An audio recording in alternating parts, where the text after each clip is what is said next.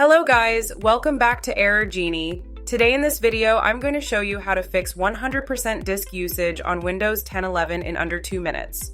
First, open this PC, right-click your main drive, usually C, and go to Properties. Head to the Tools tab and click Optimize. Then click Change Settings and uncheck Run on a Schedule. This stops Windows from constantly using your disk in the background. Now select your main drive, click Analyze, then hit Optimize to run it manually. Next, go back to Properties and click Disk Cleanup. Check all the boxes, then click Clean Up System Files to remove leftover updates and junk files. Now open Device Manager. Expand IDE ATA controllers, right-click each item, and update the driver. Do the same for storage controllers and also check for updates via Windows Update. Next, open Services.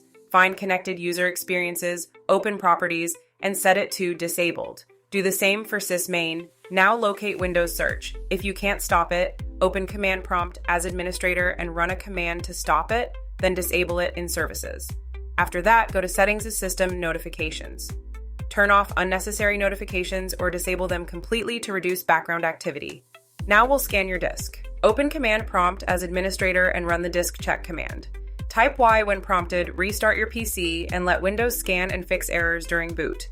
Finally, open Windows Security, go to Virus and Threat Protection, update definitions, then run a full scan for best results. Once everything is done, open Task Manager and check your disk usage. It should be significantly lower. That's it for today's video. Thanks for watching, and don't forget to like and subscribe to Genie.